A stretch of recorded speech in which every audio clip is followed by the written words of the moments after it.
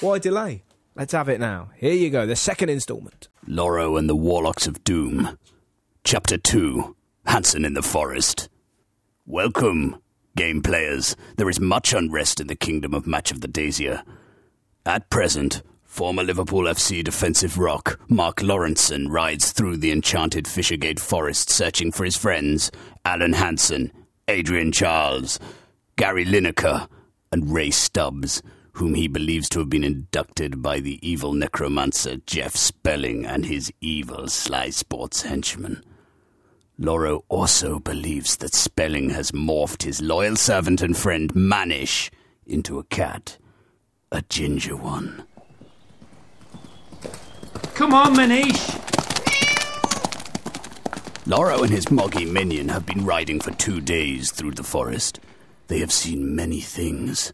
A singing tree. Ooh! A milkshake river. Ah! And an erotic magazine that was a sure sign that Spelling had been nearby. Oh! As they make camp for the night, Lawro busies himself polishing his 1988 FA Cup winner's medal, while Manish makes a fire, puts up the tent, and prepares his master's pot noodle. Don't forget the soy sauce, Furry. Lawro jokes.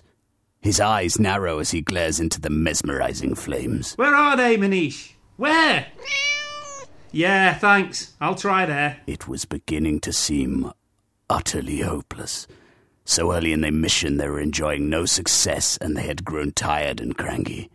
Later, as the dying sun bathes our intrepid duo, the 39-time capped Irish star unleashes more satire to amuse himself. So, Manish, what noise does a Chinese man make when you drop a hammer on his toe?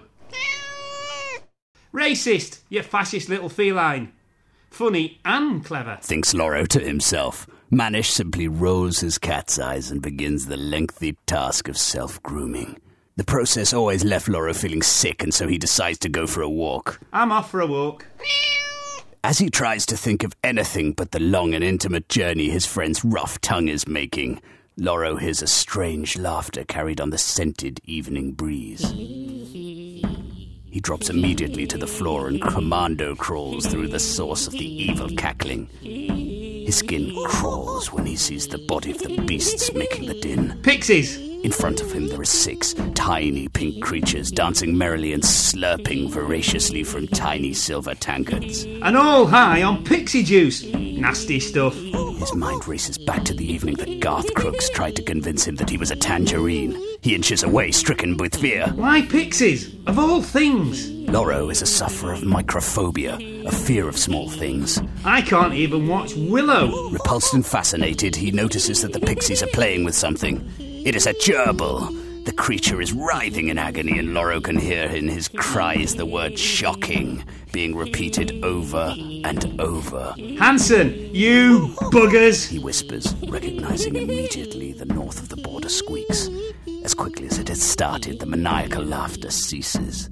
One of the pixies rises high above the others and, wielding a sword, cries out that the time has come for the games to end. The rodent must die. Lawro looks deep into her eyes and sees for the first time the sneering face of the demons. My God! It's that bird off Soccer AM with the really old face! Seconds remain. Lawro has to act, and now, but how? Now. Decision time. Do you? A. Dive immediately into the centre of the ring of pixies and fight them yourself, hand to tiny hand, in a gallant bid to save your chum. Or B. Return to the camp and use Manish's cat skills to fight them on your behalf, losing time but avoiding getting hurt yourself. So basically what's happened, John, pixies have taken Alan Hansen. Yeah. And the evil necromancer Jeff Spelling has obviously shape-shifted Lawro so he looks like a hamster or gerbil. Hansen. Yeah. Lawro's normal. Oh, did I say that? Yeah, Lawro's untouched. Hansen is a gerbil. Lawro can take on a pixie. I'm scared of him. I think it'd be fairly cowardly if Lawro was to scamper back. And also he wastes time. Got to confront your fears, haven't you? Absolutely. Take him on. It's your friend, for Christ's sake. You're a defensive rock together. Surely you can nail a couple of tiny pixies. Yeah. So we're agreed on that, yeah? Yeah. So definitely Lawro going in. Here we go. Leave your finger on the page. Absolutely, I will. You have chosen to fight the pixies in mortal combat. That's right. Tearing off his vest, our hero leaps into the ring of pixie death. Within seconds, he lies slain on the ground, and the victorious pixies are drinking his blood. All right, B, let's go for You B. have chosen to use Manish to fight the pixies. Sprinting through the forest, Lawro returns to the camp to find Manish still deeply involved with himself. Upon his master's arrival, he looks up from his meal, and Lawro wastes no time in telling him that nearby there is a group of tiny flying mice who have been overheard making disparaging comments about Manish's mother. Fueled by rage and the whiskey he has stolen from the rations, the Cat of Wrath speeds off and makes light work of the enemy. Lawro leans forward and picks up a shaken Hansen from the carnage. It's okay, Alan. You're safe now. He whispers to the 8-time league winner. Stop jumping up, Manish. It's Alan. Behave yourself. Back at the camp, the now trio enjoy a hearty meal. Manish and Alan laugh like the old days. Mark joins in tentatively but is unable to shake the feeling that he is being watched. Alan is on board, but the journey to complete the team is just beginning.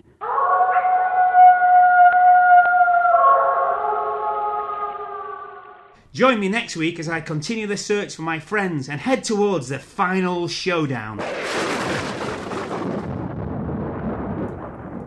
There you go. That was the second part of Lawro and the Warlocks. Sounds brilliant, doesn't it? That's the I mean, best there'll thing be they've people that hate that, but do you know what I mean? I think on my deathbed, that'll be the piece of work I look back on. Yeah, absolutely. Play it for me one more time.